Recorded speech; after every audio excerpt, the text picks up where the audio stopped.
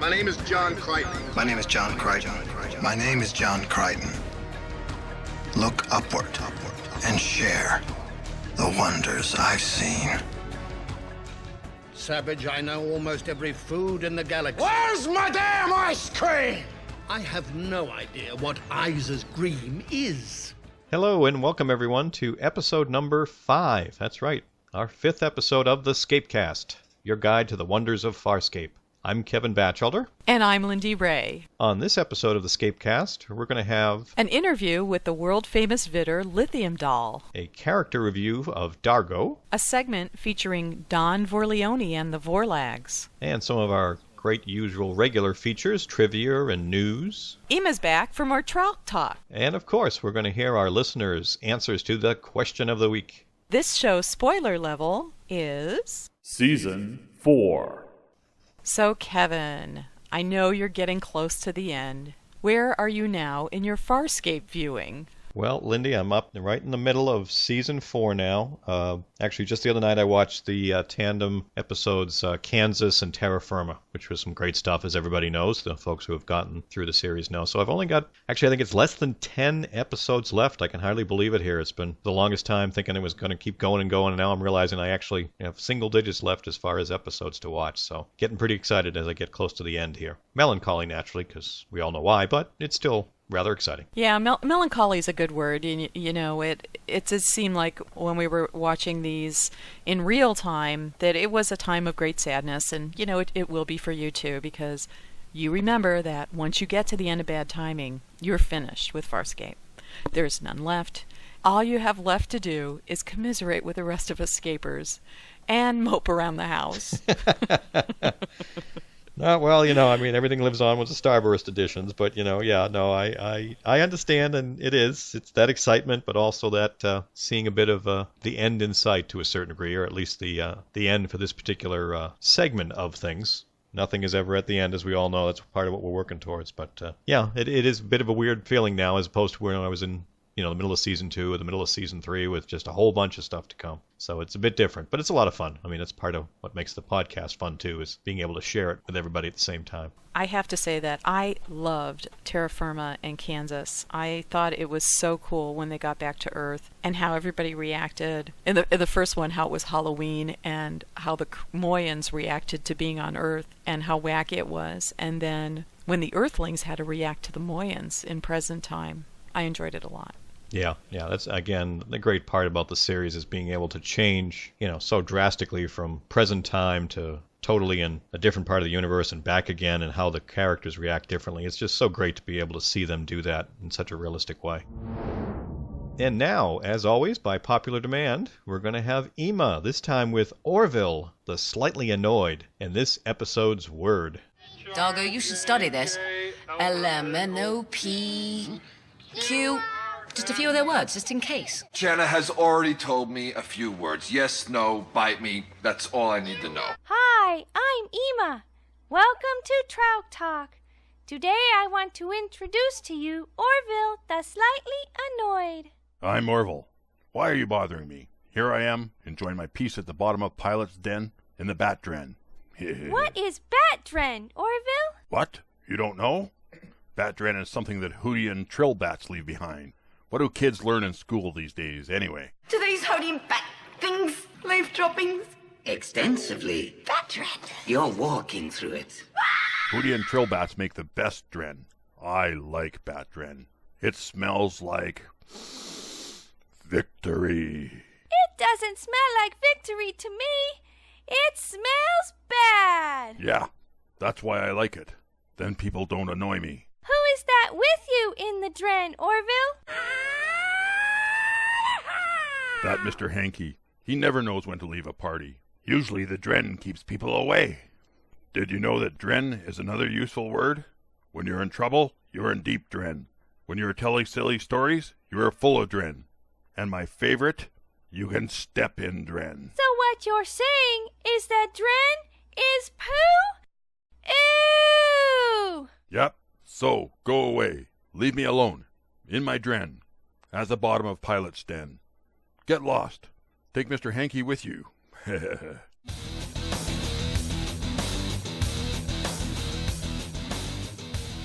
Welcome to this week's Farscape Trivia Question. I'm going to play a bit of a scene for you, and I want you to tell me what episode this was from. Stay or go. But either way, enjoy your life, okay? Enjoy what you're doing.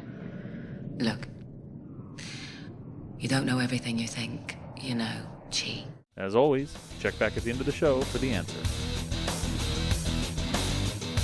For the ScapeCast, I'm Brent Barrett.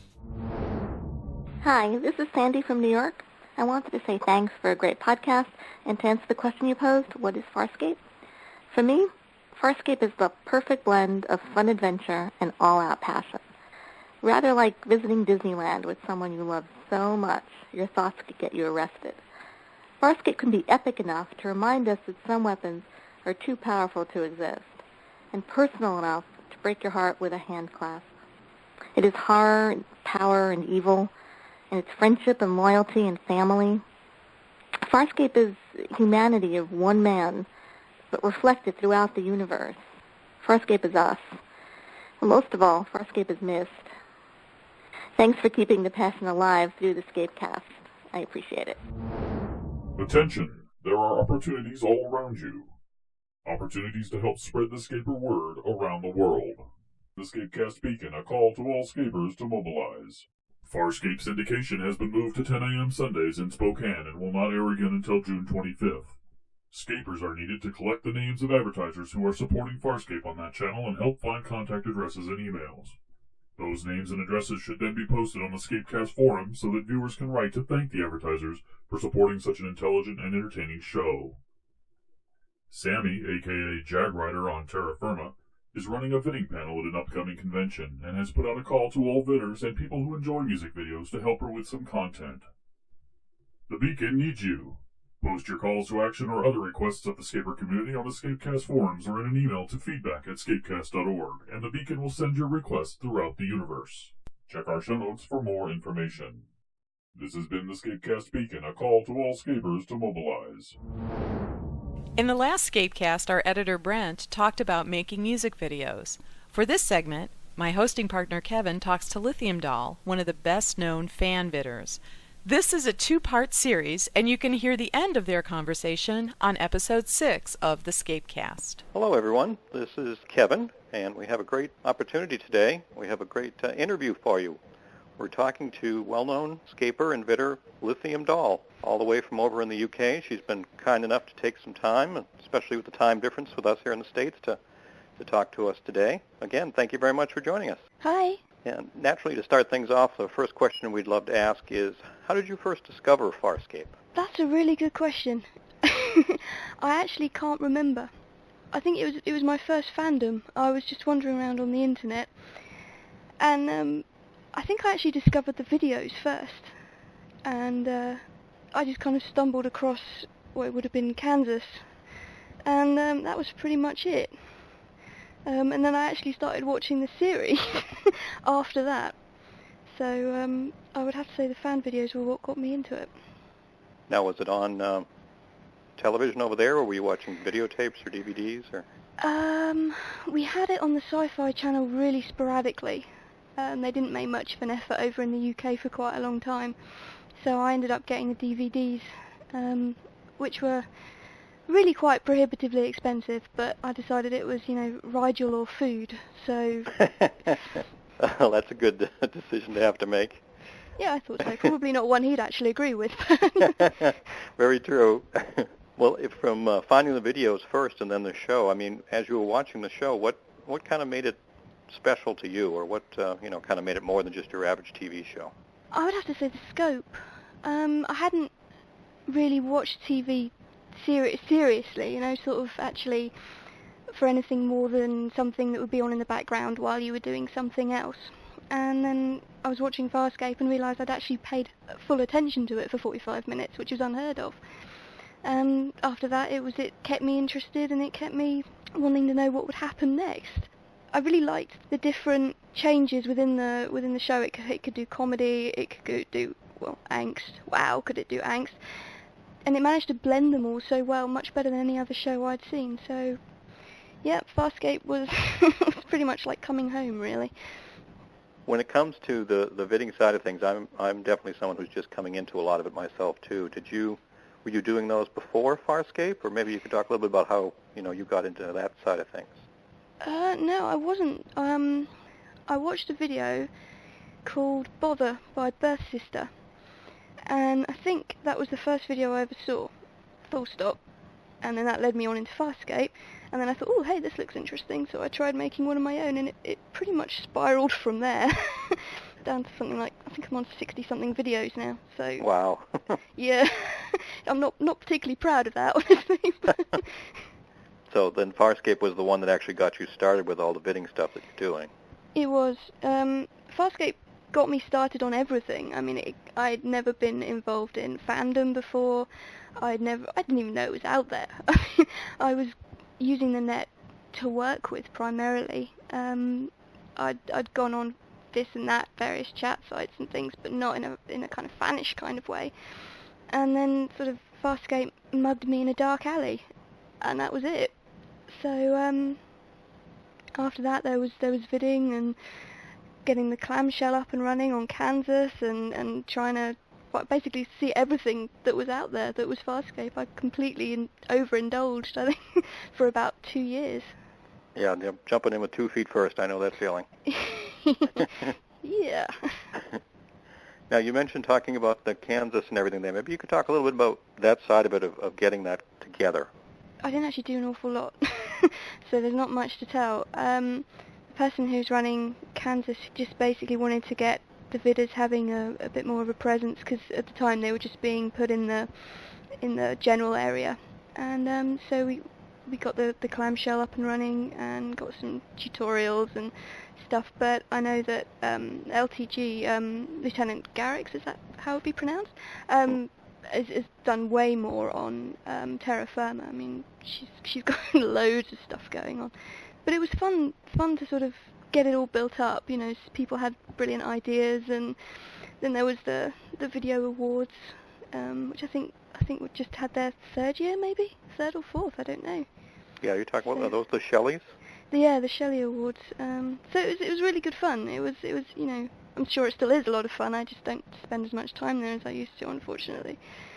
There was a lot of stuff going on. I mean, I know that, say, Farscape had things that they were putting together, like the cookbook, and it was just a time when fandom, I think this was pre-Peacekeeper Wars and things, and everything was kind of exploding a little bit on what people were doing, and it was really, really good to watch. And I've kind of been in and out of a few fandoms. I don't really tend to get involved like I did in Farscape at all, because it's just not there. The Scaper community is just amazing. It really is. Did you have any, shall we say, professional instruction in doing it, or just came natural to you? I tend to have this terrible compulsion to see if I can do something. So it didn't actually have any previous history of doing it at all. I saw this brilliant vid by Birth Sister, and just wanted to see if I could do something like that. And it turns out I could, but I could do it really badly.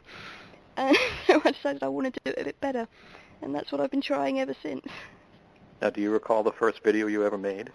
Yes. It's called Mercy. It was a Beth Orton song, and it was before the series, before season 4 had ended. I think it was up towards the end of season 4 it was set during, and it's a really good song, and I did it absolutely no justice whatsoever. But people actually like the video, so it's still around somewhere. I think it's on Farscape Fantasy. But it's good when you can look back on stuff and see the history, really. It stops mattering whether something's good or bad. I know a lot of writers, kind of their early stuff, they tend to be shamed by it, and I am similarly shamed by many of my videos, but it stops being about that and starts being about, hey, this was made when I really love this part of the show and wanted to express that. And when you look at it like that, then they suddenly become a lot more acceptable, because in vidding there's an increasing amount about how technically good a video is, and it's stopped being about how much you love the show, if you see what I mean. Mm-hmm. So it's really good when you can see a video where it doesn't really matter whether there's ghost frames or It's not quite on the beat or something like that. Aspect ratio's out is always a favourite. But, and you can just see that somebody has obviously got this really deep affection for the show and wants to share it. And that's just so much better. That kind of leads me into my next question is, inspirations for your videos. Is it the song or scenes from the show? I mean, kind of, how does that come to you? Kind of both, really. Sometimes you have something so iconic from the show that you're going to have to either make a vid based on it or including it, like the coin toss in the end of season 2, right? No, 3. It's been a while, sorry. That's okay. The end of season 3, or the planet going up in season 1. Some stuff that you just think, okay, this means something. This has to have something based on it. And then begins the great song hunt, which every vidder will tell you is a pain in the ema. It's not fun. Or you have vice versa, where you have the best song in the world, the song you absolutely have to vid, and nothing will stop you, apart from the fact that you can't find the clips for it.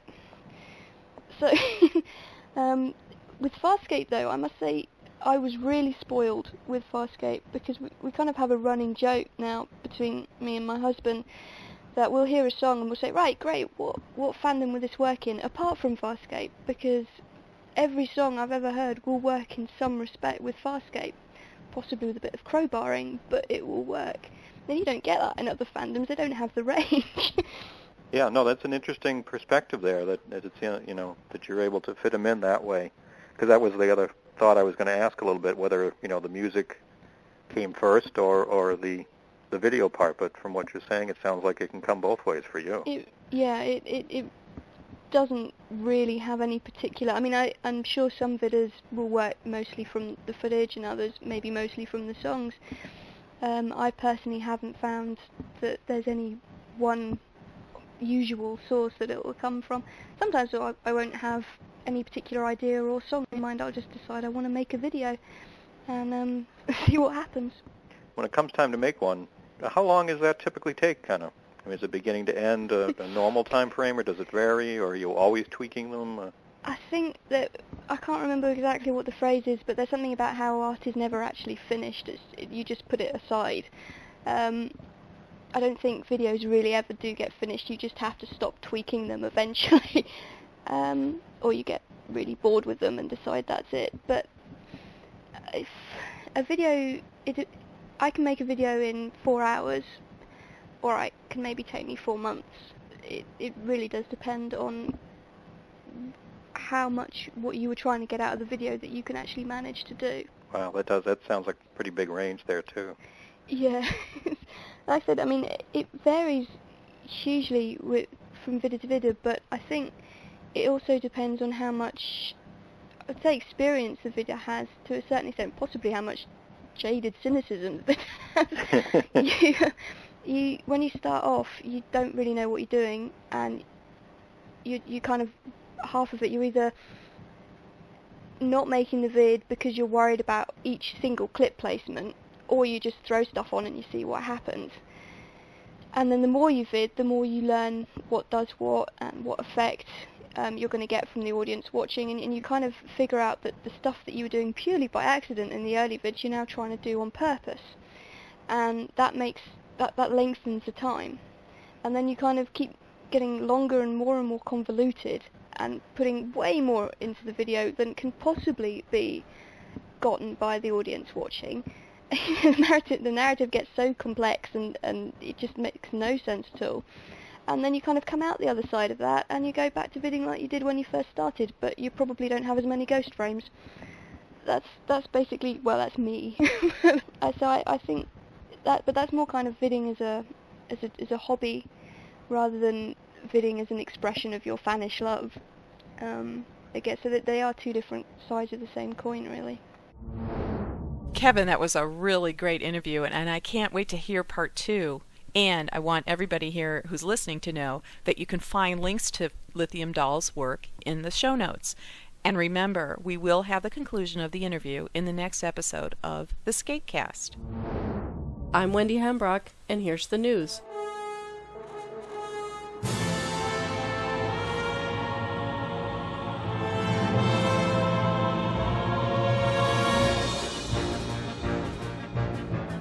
The website Television Without Pity will recap the entire series of Farscape. You all may recall that the Farscape for Kids auction group has won 4 charity auctions on Television Without Pity to get Farscape episodes recapped. So go Scapers in helping promote interest in the show. This is great news for Farscape since the folks writing about Television Without Pity are paid to write about the show. That means they think Farscape is worth writing about. Television Without Pity usually only recaps current series. We'll feature more about this as the lead-up to the recaps begins later in the summer. The Space Channel announced it will air the Triangle miniseries, which was written by Rockne O'Bannon, as part of its fall lineup. And Rockne O'Bannon is included in the Sci-Fi Channel's promotional push for Emmy consideration for many of its original productions, including The Triangle. Sci-fi shows may have a better shot now that Battlestar Galactica has recently won a Peabody Award. Michael Shanks discusses the relationship between his character Daniel Jackson and the alien Vala, played by Claudia Black, in an interview about Season 10 of Stargate SG-1 on the Sci-Fi Channel website. In the Chicago Tribune's preview of summer TV shows, Stargate SG-1 is noted for its strong cast. Ben Browder and Claudia Black are both highlighted, as well as the planned guest appearances of Richard Dean Anderson as Jack O'Neill and Morena Baccarin, who played Inara on Firefly. The paper refers to the Season 10 castings as, quote, pretty much a geek dream team. There's a video interview of Claudia Black on the Southeast Scapers website promoting the upcoming animated film Stolen Life. And in other cast and crew news, Jason Clarke, who played the Scarran Jenek in Season 4 episodes Prayer and We're So Screwed, will be starring in Showtime's new series Brotherhood. Brotherhood tells the story of 2 brothers and their skewed idealistic vision of the American dream. Jason Clarke plays Tommy Caffey, a family man and local politician whose life turns upside down when his gangster brother returns to the neighborhood. The series Brotherhood debuts July 9th on Showtime. Gigi Edgley recently completed filming in St. Louis, Missouri on a new movie. The film's working title was Alien vs. Alien, but no other details are available yet. Rayleigh Hill appears in the upcoming Superman Returns film. She plays the role of a paramedic. The film opens in Australia on June 29th, on June 30th in the US, and on July 14th in the UK. The Farscape Starburst Edition 4.2 DVD will be released on August 8th. It is up for pre-order now on Amazon.com. And to get ready for the 2006 Farscape Convention, Creation Entertainment has released the Farscape 2005 Convention DVD earlier this month. And speaking of conventions, now for the convention report. More details are available about the Burbank Farscape Convention in November. Ben Browder has been confirmed to headline the convention. That's awesome news and bodes well for a very fun convention. Wayne Pygram and Rayleigh Hill are confirmed as guests as well. And Dave and Lou Elsey, the creative supervisor, makeup, and creature designers for Farscape, will make their first official appearance. Guy Gross, the composer for Farscape, also makes his first appearance. Guy Gross will run a special workshop and tutorial for musicians. He and the participants will work hands-on and actually compose a piece of music for a sequence from Farscape. Hopefully they will also show the piece. In other conventions, Gigi Edgley and David Franklin will appear at San Diego Comic-Con, July 20th through the 23rd. They will also join Lonnie Tupu and Wayne Pygram in appearing at Timeless Destinations in Richmond, British Columbia, July 31st through August 6th. Brian Henson attended Fangoria earlier this month to promote the upcoming Stephen King series Nightmares and Dreamscapes. Brian Henson directs the episode titled Battleground, starring William Hurt.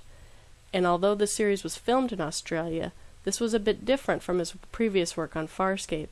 Henson stated during the panel, quote, "This was a big switch for me. There was a lot more blood." Plans have been announced for a new late-night Henson talk show called Late Night Buffet. Sounds like this is right up Rigel's alley. The show will star puppets and celebrity guests and be taped in front of a live audience at Henson Studios. The program will not feature Kermit or any other Muppet Show characters as they are now owned by Disney. Late Night Buffet is not planned as a children's show, but rather to reach a wider and more mature audience. A live taping of the first episode is planned for July 22nd in Hollywood. If you happen to be in the area and want to join in the audience, you can register for free tickets online at audiencesunlimited.com. As part of the 50th anniversary of the Muppets, the Smithsonian Museum of American History is showing a retrospective of Jim Henson's legacy. The exhibit presents two important eras of achievement in Henson's extraordinary career: the fleece and foam Muppet characters and the animatronic creatures. The exhibit includes some of the original Sam and Friends puppets created by Henson, including the original Kermit the Frog, Ralph the Dog, the Swedish Chef, Dr. Teeth, and the banjo player from the Country Trio, which is the Muppet that resembles Jim Henson. Another part of the exhibit shows the animatronic creatures from the Dark Crystal. I recently had a chance to see this exhibit. I was hoping to see Rigel on his throne sled, but no luck. Maybe someday. If you are in the D.C. area over the summer, I highly recommend checking this out. The exhibit runs until September 4th in Washington, D.C. Paper wraps rock. No, paper could not possibly be rock. It does. Paper beats rock. Rock rips through paper. Dargo, that's not how it works. Paper beats rock. That's unrealistic. Well, it's the rules, and it's not supposed to be realistic. It's supposed to be entertaining. The game Rock, Paper, Scissors now moves to the big leagues. The National Rock, Paper, Scissors Championship will be held in Las Vegas with a winning prize of $50,000. The finals will air on the A&E network on June 17th. You can find more details on any of these topics in our show notes. And that's the news. I'm Wendy Hembrock for the ScapeCast.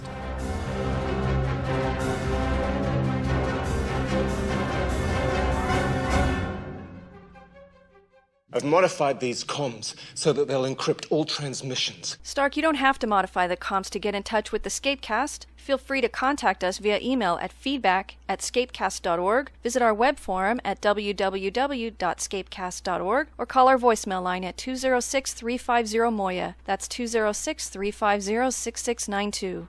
We can communicate safely at all times. Our next segment is the Dargo of Season 1 Character Review, which was written by Kelly Morris. The first alien John Crichton met was certainly memorable. That alien was Dargo, a savage Luxon warrior imprisoned for murdering a superior officer, and he introduced himself to Crichton by grabbing him by the neck, lifting him 3 feet into the air, and snarling unintelligible questions into Crichton's contorted face. By the end of the first season, they were cracking jokes and defying death like the best of buddies. Kirk and Spock! Abbott and Costello! That is what Crichton says of the two of them by the end of Season 1. But it took a while to get there. It seemed he would never get there. Of all Moya's merry band, Dargo most seemed to deserve imprisonment. In the early episodes, he is violent, angry, threatening, and combative, making it clear that he will kill anyone who threatens his freedom and being as much of a problem as an asset. His targets of choice are Rigel and Crichton, arguably the weakest of the Moya gang. And he has a huge problem with sex, in that when he tries to get some in Back and Back and Back to the Future, and thank God it's Friday again, the crew is either directly or indirectly endangered by his attempt. The way he was going, either he had to change, or someone would get hurt. Well, he did change, but someone did have to get hurt. It happened in DNA Mad Scientist, a mid-season episode which started 3 back-to-back episodes of change for Dargo. These first changes are subtle, monstrously subtle, but important. In this episode, Dargo infamously chops off Pilot's arm in exchange for a map leading home. The act itself is totally in line with what we expect of him, but his actions before and after are shocking. In the moment before he actually swings the blade, Dargo seems to be steeling himself. He does not look at Pilot, nor at Zan, and is motionless until it is time. Afterward, when the deal has fallen apart, Dargo returns to Pilot's den and plays music. When Dargo makes it clear that, given the same opportunity, he would do it all again, Pilot counters that he is aware of that, and he is also aware that Luxons do not apologize. Playing music for Pilot is Dargo's way of making amends. Significant, because he has never done that before.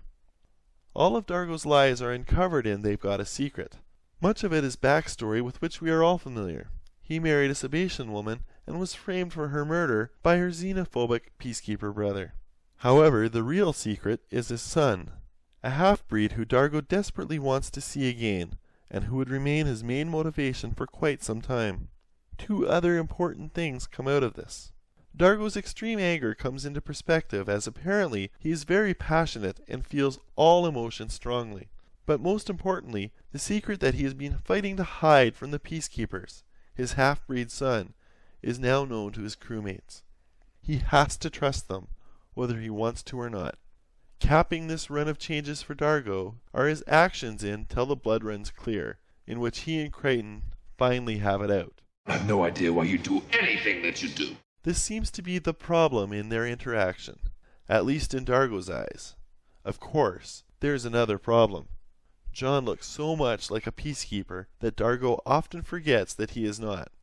When Crichton points out that he has never come at Dargo with a weapon, Dargo seems to realize just how much of a bully he has become. Friendship is a lot to ask. But to be an ally, that he is more than willing to try. This moment is a turning point for Dargo, and it is a turning point everyone else can see. Dargo would struggle with these changes, but whenever tested, he would pass.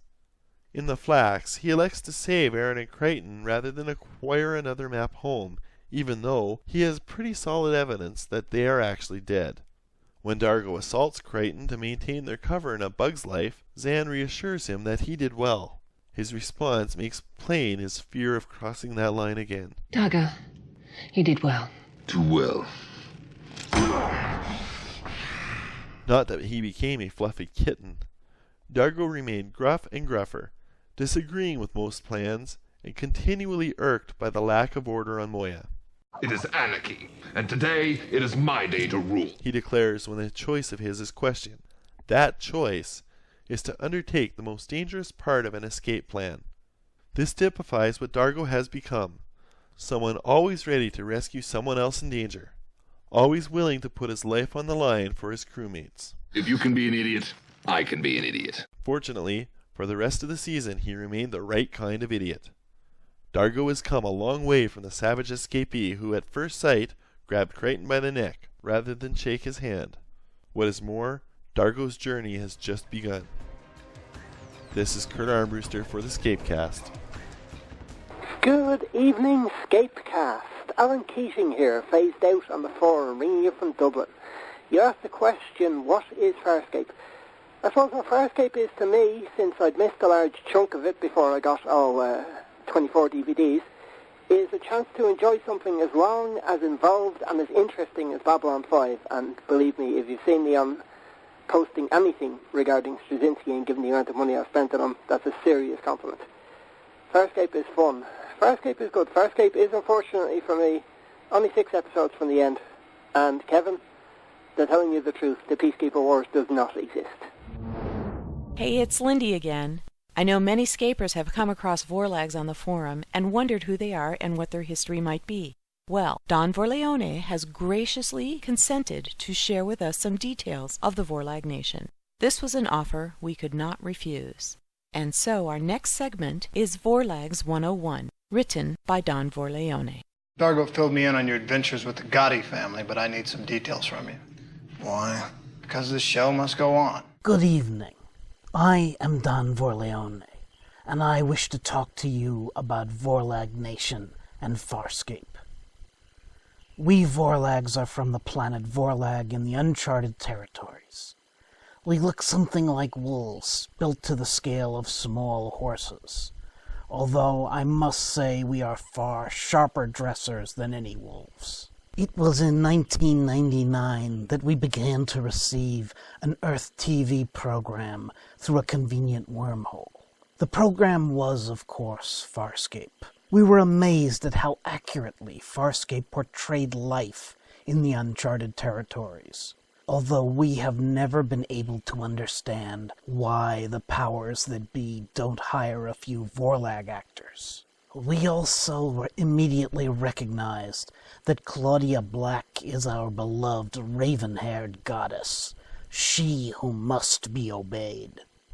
Naturally, Farscape viewing parties soon spread across Vorlag. Vorlag parties are now famous? Notorious? Well, as John Crichton once said, 1 Vorlag is a problem, 2 are a party, 3 are a Mardi Gras, 4 are a riot, and 5 is the end of civilization as we know it. Alas, soon the wormhole closed, as they will. We were devastated. However, one young Vorlag was not to be denied his Farscape. Larry T. Vorlag made the long bus trip from Vorlag to Earth. He had planned to get off the bus at Brisbane, Queensland, but instead somehow ended up in Brisbane, California. He discovered that Farscape, for some odd reason, was hardly ever seen in Australia, but was on regularly in California. He also discovered that a well-dressed, polite, 1,200-pound furry extraterrestrial quadruped was hardly noticed in San Francisco. After all, one has to be odd to stand out here. Larry was soon joined by his brothers, Mull and Curly, and then an exodus of Vorlags to San Francisco began. This is where I join the story. I am Don Vorleone, the Vorlag father, and Capo de tutti capi of the Temple of Our Lady of Perpetual Leather, the Holy Mother Church for worshippers of Claudia Black. Services are every Friday night. Please feel free to drop by for some sacramental chocolate. I am the Don of Vorlag Nation, as we call ourselves here on Earth, although Don is purely an honorary title. I am only a simple, semi-retired business Vorlag who is blessed with many friends and a respectful family. I cannot understand how these rumors got started that I am involved in smuggling ice cream to the Scarans so they can get cold. I do run an ice cream parlor here in the Little Vorlag section of San Francisco, but ice cream is actually legal in San Francisco. I myself have seen politicians and law enforcers openly doing ice cream. What a wonderful country. Many Vorlags live here and are well known to scapers. There is my strong right paw and consigliere, Don Squeaky, and of course the boys, led by Muggsy and Bugsy.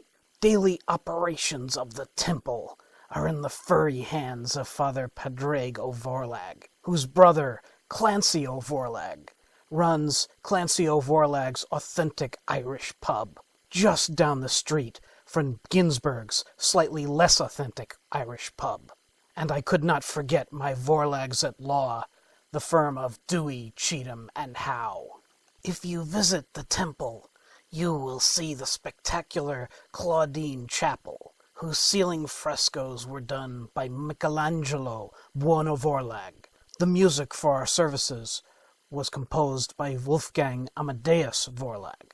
There are Vorlags living elsewhere, of course. I only need mention Clan MacVorlag, the famous distillers of malt whiskey, and Don Francisco Vorlag Vorlag, the tequila distiller who hails from our neighbor to the south. Closer to San Francisco, the Napa Valley is home to Ernesto and Giulio Vorlagallo. English scapers may well have met that well-known English Vorlag eccentric, Sir Algernon Barking Madley, Baronet, and his lovely wife, Lady Arabella. Should you somehow be unable to visit the temple regularly, you may wish to drop by Her Claudianus's birthday bash over at Terra Firma, which has been going on since, counting Kansas, the Dom BB, a very long time. You may also wish to visit Cyber Lobster Productions, which often features actual pictures of Vorlags. I do hope that I have been able to explain Vorlag Nation to all you scapers out there, and I do hope to talk with you again very soon. For the ScapeCast, this is Don Vorleone. Hi, this is Hank from Mountain View, California, and you're listening to ScapeCast. Hey, wait, I got a couple of questions. Couple of 1,000 more questions. Question of the week. And here we are, folks, with your answers for the question of the week. What we asked you last time was a nice, big, juicy question with lots of great responses. It was, what is your favorite shippy moment in the regular series, not counting that make-believe Peacekeeper Wars? Didn't exist. Right, not happening. I'm just staring at that DV that doesn't exist. Okay. Right, it's blank. It's blank. Ah, okay. Very good. Just want to make sure I had that right. Hi, I'm Sandy, a new scaper from Port Chester, New York. I've heard producer David Kemper say that Farscape is at heart a love story. It is, in fact, that emotional undercurrent that makes the show so addictive. Speaking of David Kemper, my favorite shippy moment was penned by him, with, I believe, substantial contribution by the show's lead couple, Ben Browder and Claudia Black. Let's talk about the coin toss scene. The episode Dog with Two Bones culminated one of the strongest story arcs of the series, the twinning of John and the subsequent realization of the relationship with Aaron. We knew as we watched that Talon John was doomed. By the time we saw the choice, we also knew that Aaron would not simply move into the backup's arms. And so, it all leads to the coin toss. Pitch-perfect drama, tension, acting, pacing, and excruciating honesty. Who didn't flinch when Aaron answers John's question of what his kiss tasted like with, yesterday? They shove each other with so much buried pain, it's hard not to feel it as you are watching. Then the conclusion. Leave it up to fate. Watching the coin dance into the air, we see Erin's eyes following its motion, tracking the turns her life has taken, while John never takes his eyes from Erin. No surprise there. I really love that Sandy MG called our voicemail and gave us her answer personally.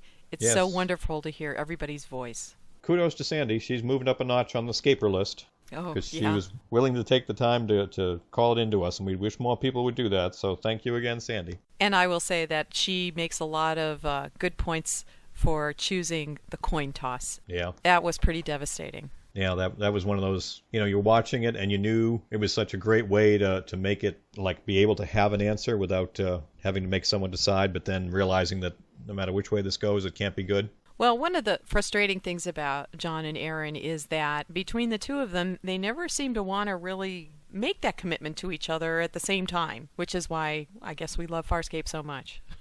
Well, it's a good reason why. That's part of the fun. You just want to reach through the TV and shake them, and don't you get it?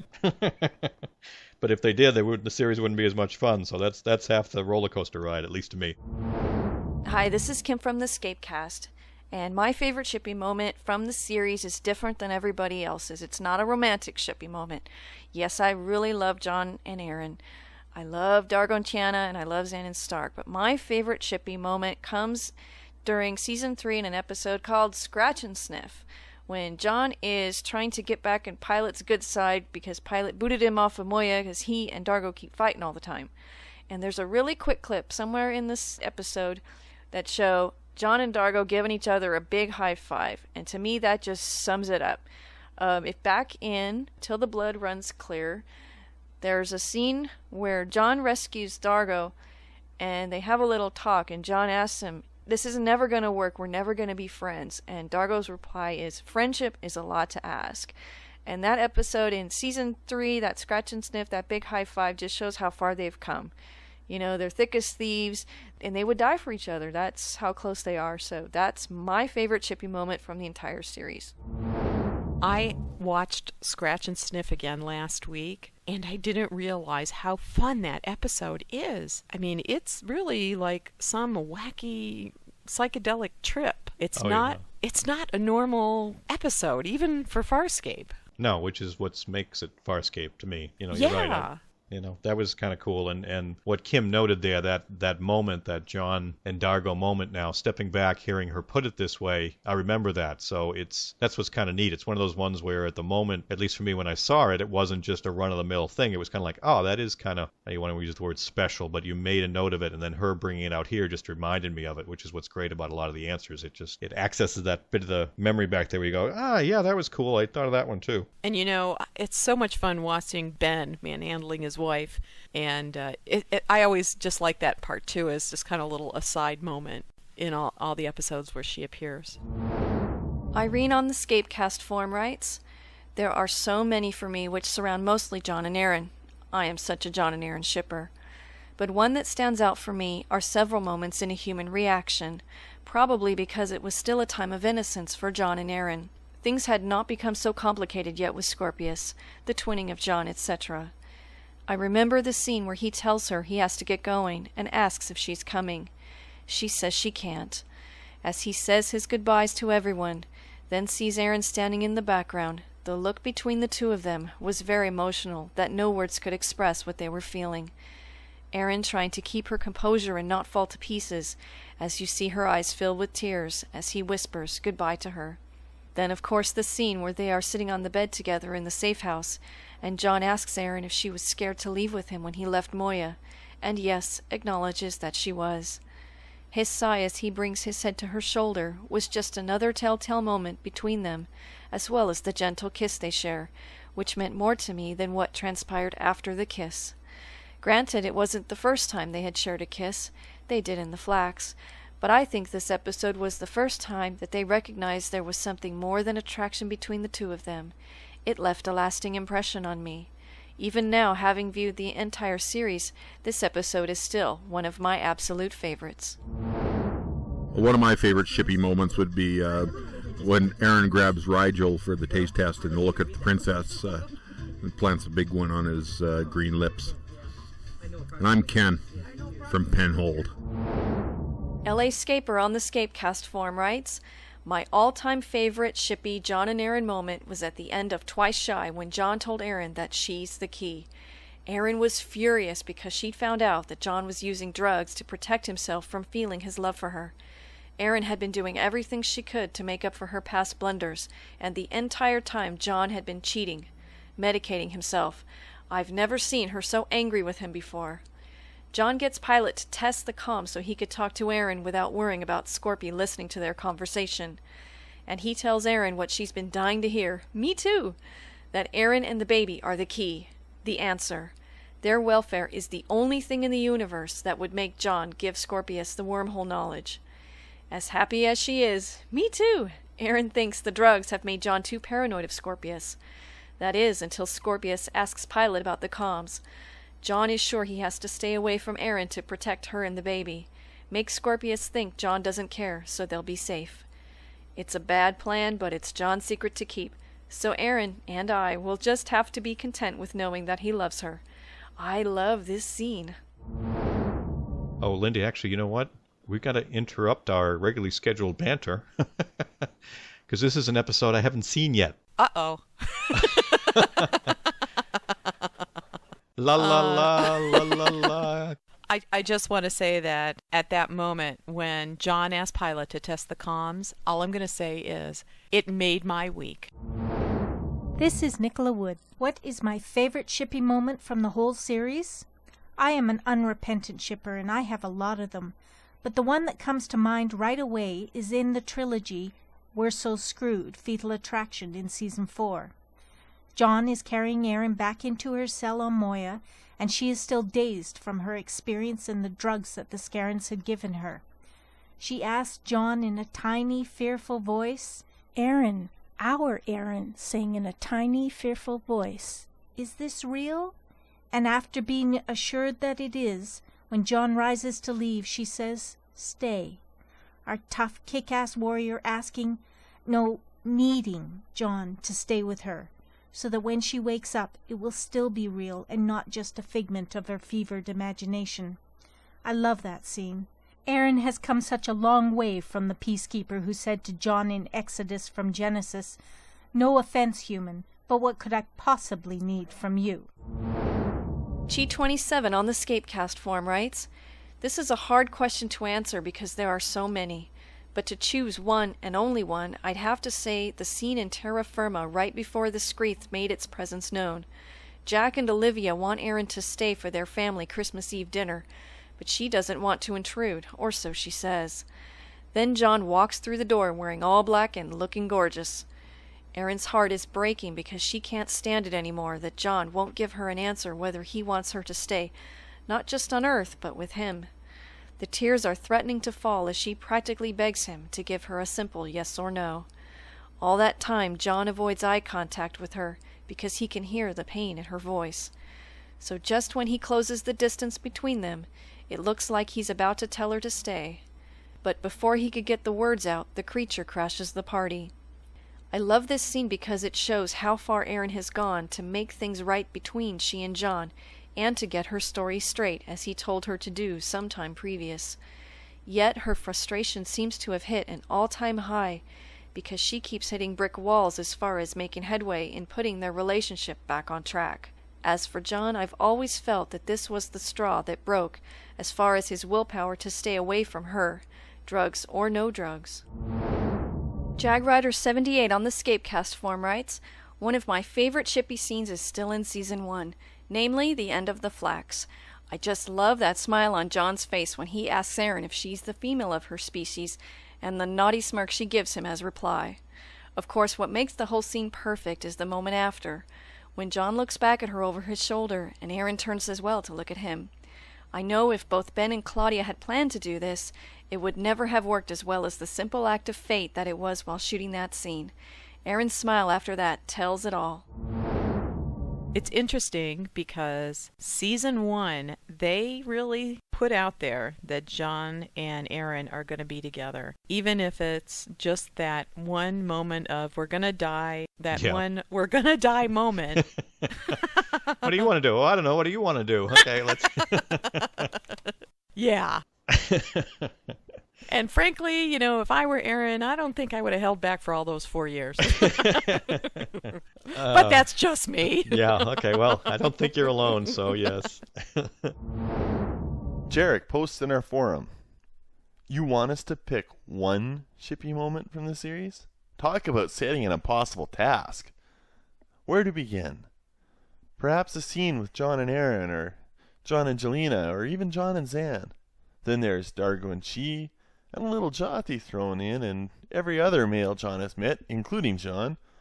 Stark and Zan had something serious going on at the end, and even Scorpy dabbled with Natria in his own way, and let's not forget about Sikozu. Granted, they were not all sexual encounters, but there was a strong emotional context, and that's more than enough for a shippy moment. However, I'm actually going to select something a little less obvious, or then again perhaps it isn't. How about the relationship generated by the symbiotic bond between Crais and Talon, and their combined affection for Erin, and the subsequent love triangle with John? It has it all. Very strong emotion, almost leading to murder. Indecision by the one desired by the males, including Talon, when given options which appeal, and then the consequences of lies and deceit. Crais expressed his and Talon's desire very simply with, "This is a moment we have long waited for, Erin."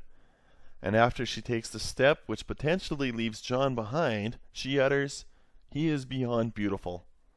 And Crais once again simply replies, "Welcome to our world, officer son." As you know from my comments on other episodes, I like the way this response starts out, because it's kind of one of those, oh, there's so many I can't pick. Which is, you know, that's usually where Kevin's sentences start, so I kind of like that. That's certainly a little bit of a match to my thoughts on there. And it's nice that he's looking totally different than a lot of the other answers so far to the Crais Talon side of things, because you don't see that discussed a lot. In a couple episodes ago, when we did the Crais character review, the relationship with Crais and Talon was talked about, and I agree it was a very strong relationship, and when the two of them make that ultimate sacrifice for the betterment of the crew, they couldn't have done it without each other's consent. So you know that the bond was very strong. Yeah, it was. I remember that one very distinctly, too, having just seen it a few weeks ago. My favorite app, Wolf in Sheep's Clothing. I'd have to say my favorite chippy moment is the last scene in the Look at the Princess trilogy when they're doing the taste test and the smile afterwards. And I am Lois from Calgary. Aaron Crichton on the ScapeCast forum writes, I am obviously a John and Aaron shipper, and all my favorite shippy moments belong to them. And I've seen many of them mentioned by others here too. The two moments that immediate leap out as bits I played over and over and over and wore out videotapes are two of the most obvious, I suppose. The first is the end of the Look at the Princess trilogy. Not just the reactions to the kiss, but everything leading up to it. Aaron is terrified of taking this emotional step. She's exercising, trying to work off her nervousness, and work up her nerve. And it's John, the one who talks about feelings, who's, well, trying to talk. And when he sees what she wants to do, the compatibility test, he goes completely quiet himself, as if any word or movement from him will cause her to lose her nerve and flee. It just epitomizes their relationship at that point in time for me. Aaron's fear, John's patience, but both of them aware that this is a monumental step. The second is at the end of Season of Death, when Aaron is standing, alone, contemplating her return from the dead, and John comes in to see her, the first time they've had to talk since he killed her. She can't deny that she loves him. He can't deny he loves her. And that kiss is just blazing hot.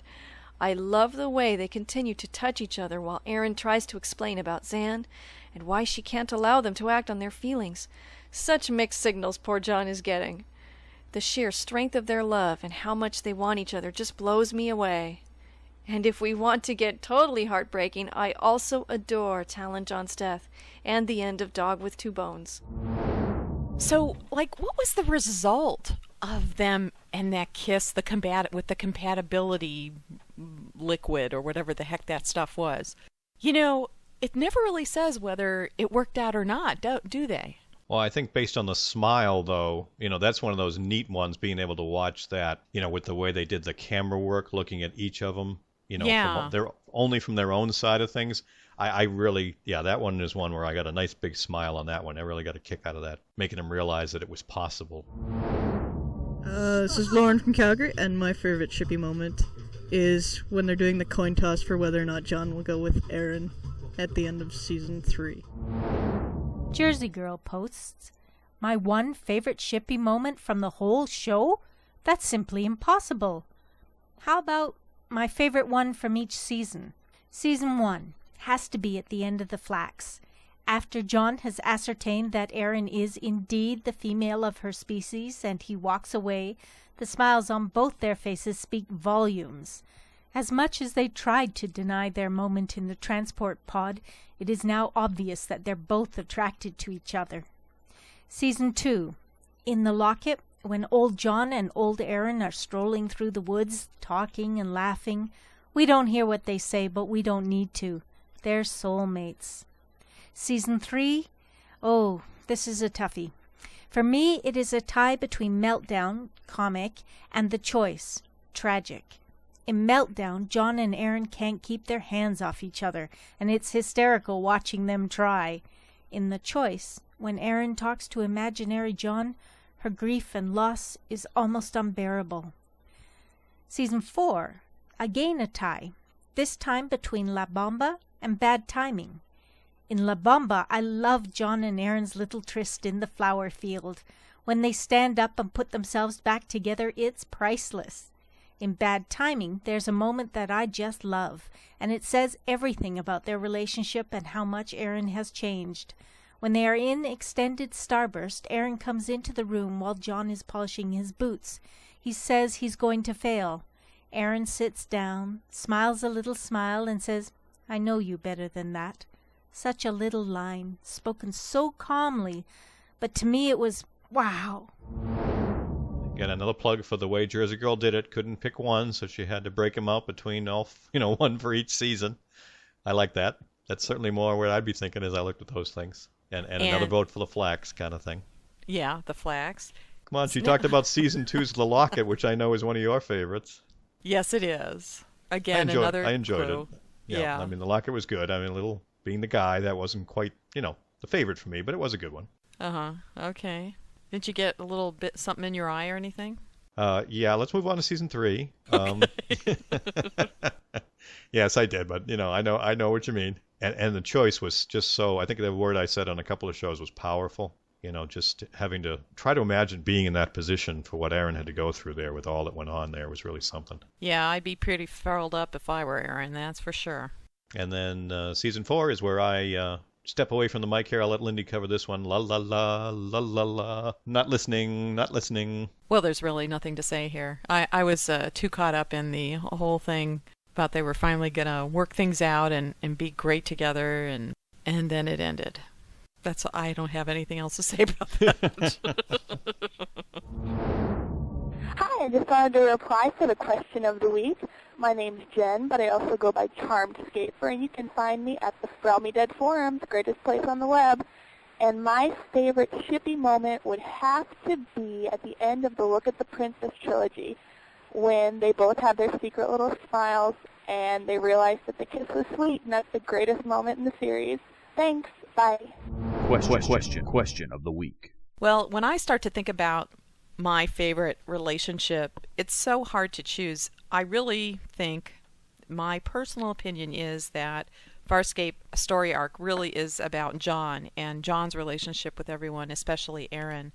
However, there's so many unique relationships between other characters that make this show so wonderful. And I think if it were simply about John and Aaron, I don't think it would have been half as interesting and created half as much of a love affair around the world with the show. And when I want to talk about my favorite relationship outside of that, I would have to say it's Rigel and Zan. It's a supportive relationship. It's kind of a love-hate thing. But the two of them together are such unique characters in the world of TV and drama and everything, that I love seeing them together. It's just amazing. I can't pick just one either, as you know, because there's just so much stuff going on.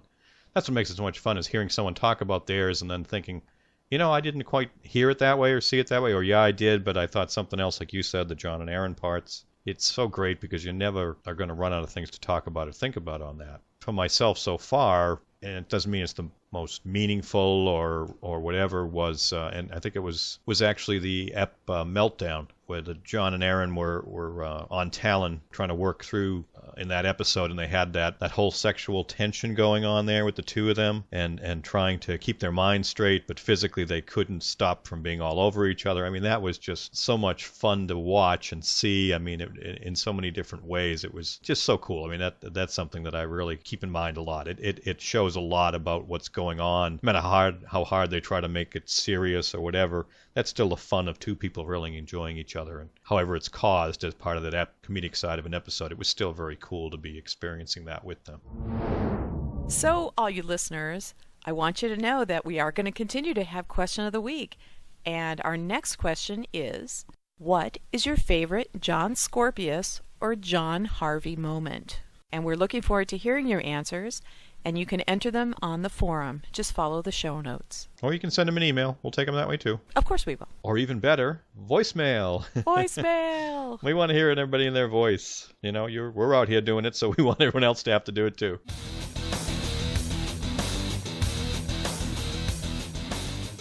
Welcome back. I played a bit of a scene for you. Let's hear it again. Stay or go. But either way, enjoy your life, okay? Enjoy what you're doing. Look, you don't know everything you think you know, Chi. Can you tell me what episode this is from? Well, it is a bit of a trick question. This was a deleted scene from episode 4's Natural Election. Here's a little bit more. See? Listen to Chi. Men are easy.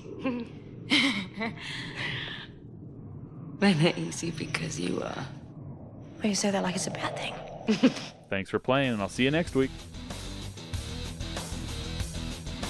For the ScapeCast, I'm Brent Barrett. This episode has been brought to you by the word Dren. Now go away. Leave me alone. Go watch Farscape. Well, welcome back, everyone. Just want to remind you folks that along with our question of the week that we always have on each show, we're still looking for your answers to this question. This is going to be something that's ongoing. It's not going to go away, so in case you thought, well, gee, I didn't get around to it, so I don't have to worry about it. Wrong answer. That's not the case. We really want to hear from everyone on that big question, which is, what is Farscape?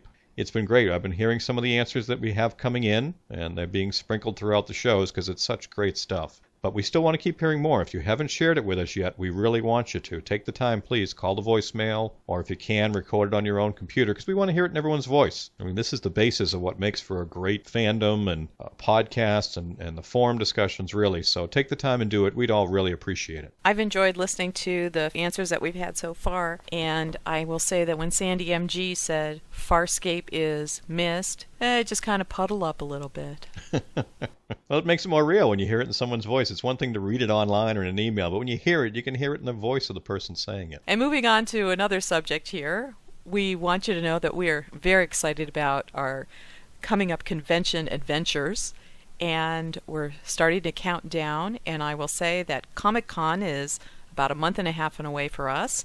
I have my room, I have my air tickets, and I'm bringing the boy, mostly because I really want him to see all the different comic books and graphic novels and things like that, plus, all the Superman guys and everything. Now, Kim is going to go in costume. She's coming with us. She's going to be our roommate. We are really excited about that. And so my question everybody keeps asking me is if I'm going to go in costume. And I didn't even consider that. And I know Kevin... I don't know if Kevin's going in costume at Dragon Con.